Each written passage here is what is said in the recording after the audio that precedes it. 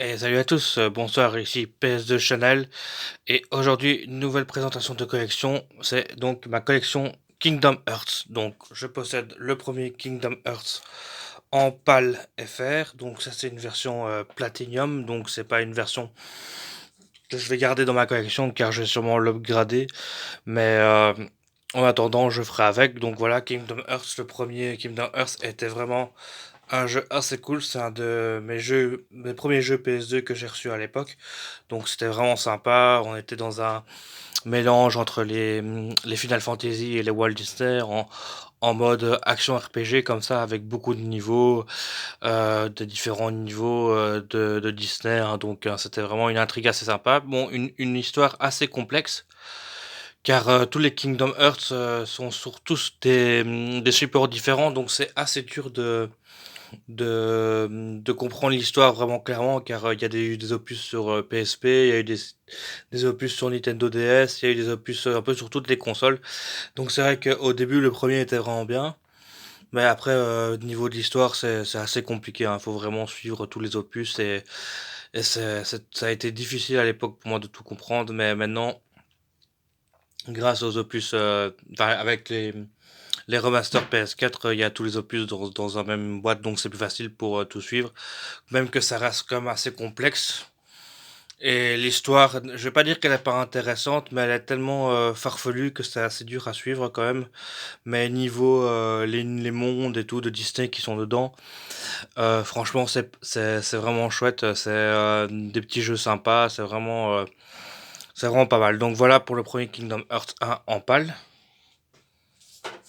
Ensuite, on a la version japonaise que j'ai chopée il y a pas longtemps, donc voilà, celle-là je la trouve magnifique.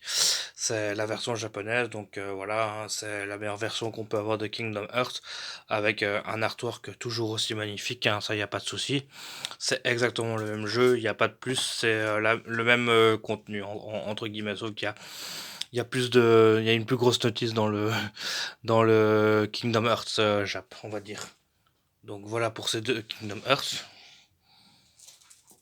Ensuite, on a le Kingdom Hearts 2, donc celui-là, très très bon aussi, hein, franchement, ils ont bien amélioré la licence, hein, c'est vraiment toujours aussi plaisant, toujours mieux.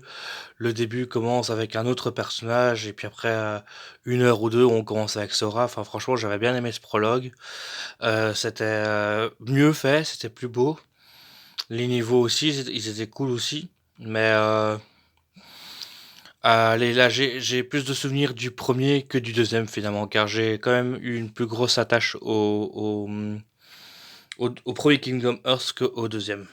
Et donc, je possède aussi une autre version. Donc, ça, c'est le Kingdom Hearts 2 en japonais, sauf que c'est la version Final Mix. Donc, dans cette version-là, vous avez le Kingdom Hearts 2 et vous avez un autre Kingdom Hearts, c'est le Chain of Memories. Donc, c'était un épisode qui était sorti sur Nintendo DS ou sur PSP, je ne sais plus exactement. Et donc celui-là c'est la version vraiment la plus augmentée que vous pouvez avoir sur PS2, hein. Donc là il y a vraiment tout dedans. C'est vraiment sympa. C'est vraiment des petits jeux qu'il faut faire au moins une fois dans sa vie. Même pour moi, de mon expérience personnelle, j'ai beaucoup suivi cette saga-là. J'ai attendu le 3 pendant longtemps. À partir de 2009-2010, je l'attendais déjà et finalement il est arrivé beaucoup plus tard. Et finalement, quand il est sorti, je l'ai jamais fait parce que j'avais complètement lâché. Ils ont pris tellement de temps pour le sortir, le 3, que finalement, on était vraiment clairement passé à autre chose, quoi, tu vois.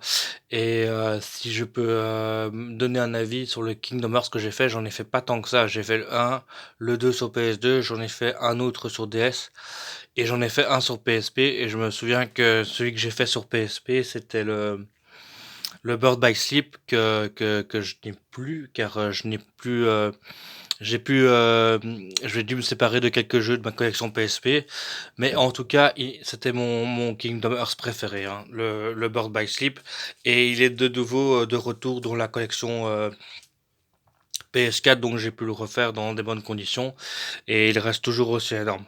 Et voilà, juste pour vous présenter cette collection là.